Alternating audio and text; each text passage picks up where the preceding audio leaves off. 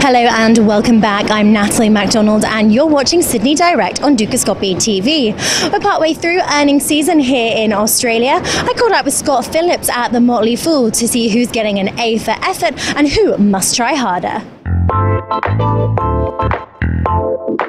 Scott Phillips, a pleasure to catch up with you once again. Thank you so much for taking the time to talk with Dukascopy TV today. Thank you, Natalie. Good to be with you. Thank you so much. Okay, so we're in the midst of earnings season. We've had a lot of good reports out, a lot of less good reports out, but let's start firstly with the big banks. We've seen a lot of results out from them, but again, as I mentioned, in the midst of that, you've had ratings agency Fitch come out and warn that some of the banks may actually have to go through capital raising once more. How has this dampened perhaps some of the results that we've seen from that big four? Yeah, particularly in institutional and retail investors here in Australia, the banks have been something of a safe haven. It's been the go-to stocks. Australia's property prices have gone up and really through the roof. That's really supported bank share prices. Everything's been great for our banks. This might just be the period of reckoning. We've seen some capital raisings already, particularly because our local system here, the Murray Inquiry, suggested the banks would have to hold more capital. APRA, our prudential regulator, has decided that's an appropriate thing as well. And as a result, they've had to raise billions of dollars of capital, quite literally. Moving forward, though, the chances are they're going to have to hold more capital, particularly if they want to keep lending at the rates they are currently. They've got two choices. Either they pull back on lending to replenish those capital stocks, or they go back to the market. And really, investors are worried that that's going to mean, and should rightly mean, lower share prices, diluted share counts, and really is going to weigh heavily on the market. Of course, here on the ASX, our banks are the biggest sector by a very long way, and so where the banks go, so the rest of the market goes. So not only are the banks themselves showing some degree of, wear and tear and under some sort of weight, but that also has meant the overall market is also just a little bit stagnant at the moment, not quite knowing where to go or what to do, because the big leaders, those banks that make up over a third of our market, really aren't sure where they're going to go until we have this capital raising resolved once and for all. Now, mining and minerals company Arium is one of sort of the latest victims of reporting season, reporting a $1.9 billion loss. Pretty significant, really. And again, those results have massively tracked the iron ore market price, heading average 40% downwards. Now, commodity prices, they're looking like they're heading nowhere but further down. How really does this highlight perhaps future performance that we could be seeing from domestic miners in the coming period? Yeah, it's a great question. The challenge of commodity prices really is weighing on all our miners right across the board. And if the banks are the biggest sector, the miners were until recently the second biggest sector, and with good reason. You take the likes of Rio Tinto, BHP Billiton and others, the Australian market is dominated by the banks and the miners. And right now the commodity prices are absolutely just knocking them for six. We're having a real trouble now because there's a massive supply, particularly when it comes to iron ore. Less so with petroleum, but again, the same thing with oil. You've got the Middle East countries and you've got US shale, you've got Australian liquefied natural gas. There's plenty of commodity supply coming onto the market and not a lot of demand growth. A little bit of demand growth, but Chinese steel production is flat to nowhere.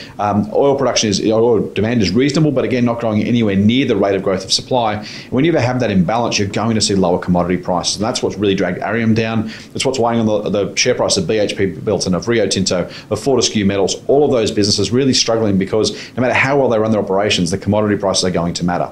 Moving forward, the challenge is there going to be a rebalance of supply and demand? The honest answer is no, not in any time soon, because there is still so much supply being added. They're all trying to grow production to make up for those price falls, which of course exacerbates the problem. The more production comes on stream, the lower the prices go, because there's simply too much supply chasing too little demand. Arium was the latest victim of that. We're going to see more problems down the track. To some degree, hopefully investors have priced most of this in, yet they still surprise me every time there's a downgrade. Investors seem surprised by that. You've got to assume there's going to be ongoing prices. This is not the time for optimism with miners. That being said, there's a price you pay for all of them. Some BHP, Billiton and Rio particularly, very, very low-cost operators. Rio Tinto being priced at $16 a tonne for some of its iron ore, still well and truly below the current price. But the question is, do you factor in a rebound in commodity prices? I think pretty clear the answer is no. If we take sort of separating the wheat from the chaff, then Greencross has actually been highlighted by some as being sort of the surprise star of reporting season. Would you agree, or are there others that have really marked themselves out as a standout? Yeah, Greencross has been the number one, I think, Natalie. We've seen a real situation where Greencross was a veterinary company, took over a pet retailer, and realistically, you add those two together, there's plenty of opportunity for things to go very, very badly if you think about it. If you're a great vet, you're probably not going to be a great retailer or vice versa.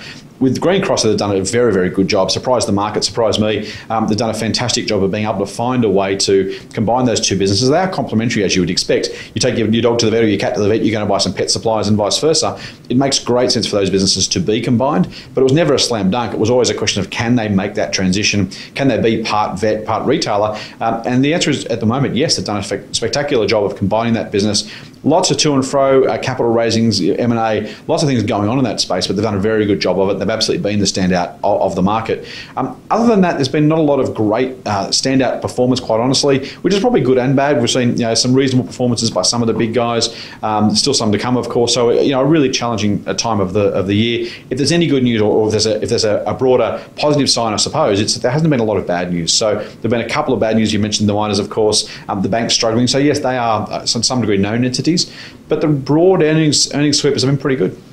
How is sort of all that we've discussed and everything that you're seeing at present shaping your outlook then for the second half of 2015 for the ASX? Yeah, exactly. Well, I mean, the positive news, as I've alluded to already, is that earnings have been reasonable. And I guess when you think about, the economy and the markets don't always track side by side. Sometimes you see a better economy in a worse market or vice versa. The positive news here is that there's good growth and profits here in Australia amongst the non-miners, non-bank sector. And again, that's a large chunk. But if you take that out and say, where else can I invest? There's been good profit growth. There's been good performances by some of those providers. That's been a good result across the ASX, I think. It also shows so far the retail numbers have been pretty good. So the consumers are out there spending. So broadly on an economic level, showing some resilience to the economy despite some concerns about more interest rate cuts possibly being needed. So that's a positive. And for investors, of course, you want to see growing earnings. And to the most degree outside those two big sectors, we've seen some really good earnings growth and some good performers. A couple of ordinary performers as well. But broadly speaking, I think the overall tenor has been quite positive and quite good for investors. Scott, always a pleasure. Thank you so much. Thank you, Natalie. Many thanks there to Scott Phillips at the Motley Fool for his comments today. I'll be back with plenty more exclusive interviews for you right here from Sydney, Australia. For now, though, it is goodbye.